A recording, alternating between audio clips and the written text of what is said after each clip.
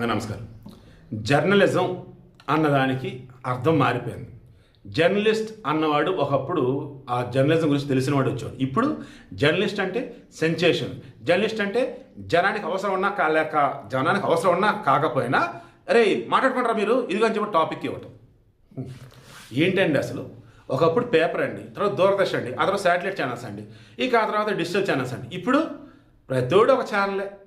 YouTube ఏంటి, WhatsApp ఏంటి, Telegram ఏంటి, ఇన్స్టా ఏంటి, ఎవరిష్టం వాళ్ళది. అడ్డదిడ్డంగా నచ్చినట్టు వాళ్ళకి వచ్చినట్టు వార్త అంటూ, సెన్సేషన్ అంటూ, మందు అంటూ, అద్దంటూ ఇదంటూ. ఇప్పుడు ఈ బండి సంజయ్ వాళ్ళ అబ్బాయి బండి వెళ్ళింది ఎక్కడికండి? పోనీ అతన్ని వేసింది ఎక్కడండి? జైల్లో కదా.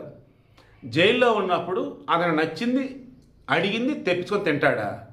రిసార్ట్కి వెళ్ళాడా అండి? జైలుకి వెళ్ళినప్పుడు ఎవరికైనా బాధ ఉండిద్దా లేదా? అల్లు అర్జునే తీసుకుందాం.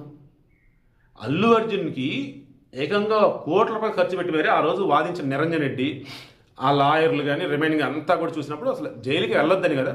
బట్ ఏమైంది, చెంచులు కూడా జైల్లో నైట్ ఉండాల్సి వచ్చింది. అలా వెళ్ళినప్పుడు ఆ మనిషి తినగలుగుతాడా? ఏదో ఆ క్షణం బతకాలన్నట్టుగా ఓ టీయో కాఫీయో లేదా పాలు ఏదో బాగా ఆకలిస్తే ఓ బ్రెడ్ బిస్కెట్ ఏదో తింటాడు.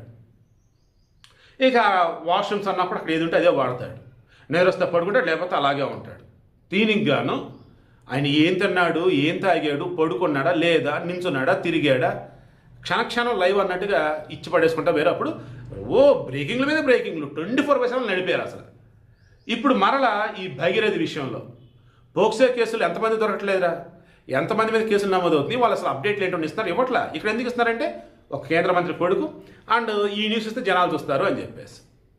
అలా పాపం అవతల ఉన్నటువంటి విక్టిమ్ని ఆమె డీటెయిల్స్ మొత్తం వైరల్ చేసి పడేశారు. ఆల్రెడీ వాళ్ళు కేసులు నమోదైంది కొంతమంది.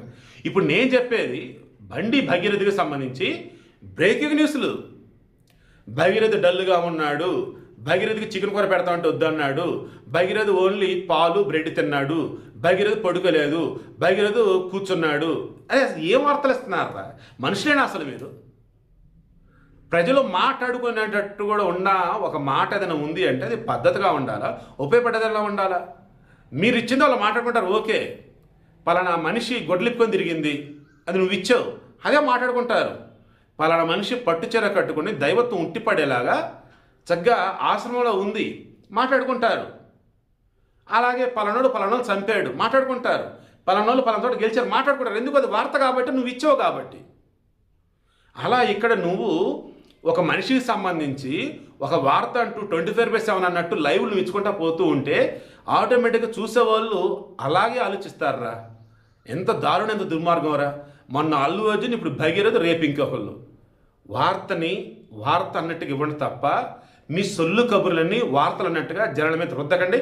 ఈ అమాయకులైన వాళ్ళు అవే నిజమైన వార్తలు అని చెప్పేసి కబుర్లు చెప్పుకుంటా ఉన్నారు. ప్లీజ్ రా బాబు.